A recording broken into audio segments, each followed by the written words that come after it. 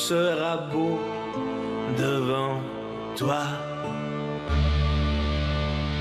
Comme d'habitude, Pépé dit, je vais faire pipi.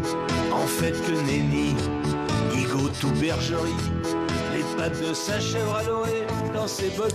Bonsoir Nicolas. Bonsoir Mohamed. Ravi de vous retrouver. Les Garçons Bouchers, Los Carayos, Pigalle, autant de noms de groupes qui rappelleront de doux souvenirs aux fans de rock français des années 1990. Avec un dénominateur commun parmi tous ces groupes, Mohamed, François Hadji Lazzaro, que l'on vient de voir bien entendu à l'écran, producteur et figure emblématique du rock alternatif hexagonal. Lui qui a été punk donc avec les Garçons Bouchers, qui a publié le premier album de la Mano Negra. Il revient avec un 7e album avec son groupe Pigalle, lui qui est capable de jouer d'une vingtaine d'instruments, du banjo, de la cornemuse, en passant par la vielle à roue, un multi-instrumentiste de talent. Chanson réaliste, gouaille de Titi Parisin et esprit rock. Voilà comment l'on pourrait résumer en fait l'esprit du groupe Pigalle. Et ce nouvel album, Balade en mélancolie, comporte de très belles chansons évoquant la nostalgie, le temps qui passe trop vite, mais aussi l'évolution de la ville de Paris. Paris, l'une des sources d'inspiration de toujours de François Hadji Lazzaro que l'on a rencontré.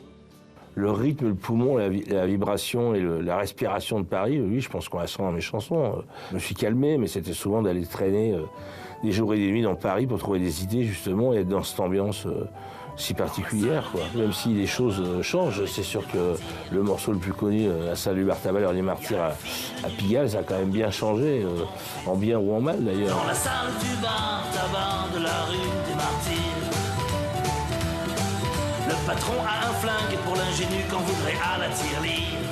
Je trouve qu'il y a quand même beaucoup de poésie qui change avec l'heure, qui change avec les saisons, qui change et qui sont pas et qui amènent à justement, d'où le titre de l'album, Balade en mélancolie, une certaine mélancolie quand même, qu'on soit n'importe où dans Paris, quoi. Je me souviens sur son cou, il y avait un tatouage, une belle pieuvre bleue aux tentacules sauvages.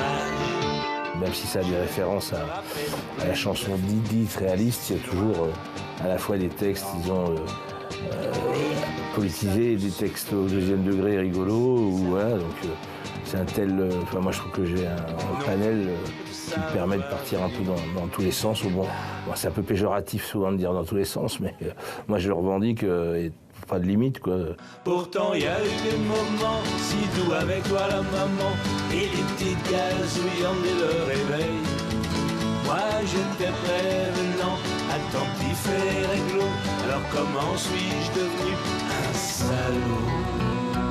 C'était un peu la façon de bousculer et en même temps de toucher un public large, pas de sectarisme, on est des punks et points à la ligne, voilà. Je pense que c'est cette ouverture et ces mélanges qui ont fait qu'on soit encore là et reconnu, entre guillemets. 3 jours de bagnole dans cette vieille carriole. Voilà, un grand monsieur du rock français, Balade en mélancolie, ça sort le 2 février. Pigalle qui sera en concert dans toute la France à partir du mois de mars.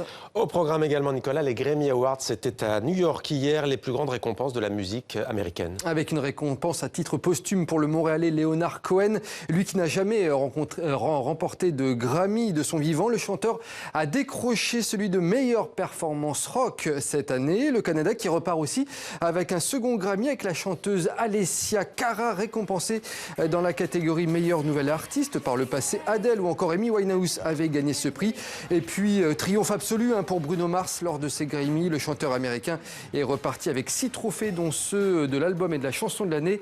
L'industrie du disque qui s'est fait l'écho de la vague MeToo qui a secoué dernièrement Hollywood, puisque de nombreux artistes portaient une rose blanche pour dénoncer le harcèlement sexuel et les inégalités hommes-femmes. Et puis un mot, Nicolas, concernant une autre cérémonie qui approche à grands pas en France. Cette fois, celle des Césars, ce sera le 2 mars prochain. 43e cérémonie des récompenses annuelles du cinéma français. Et cette annonce, ce lundi, l'actrice espagnole Penélope Cruz recevra un César d'honneur lors de cette cérémonie qui aura lieu à Paris. Un César pour l'ensemble de sa carrière. Cette soirée sera dédiée à Jeanne Moreau, l'actrice française décédée en juillet dernier, et débutera par un hommage de Vanessa Paradis.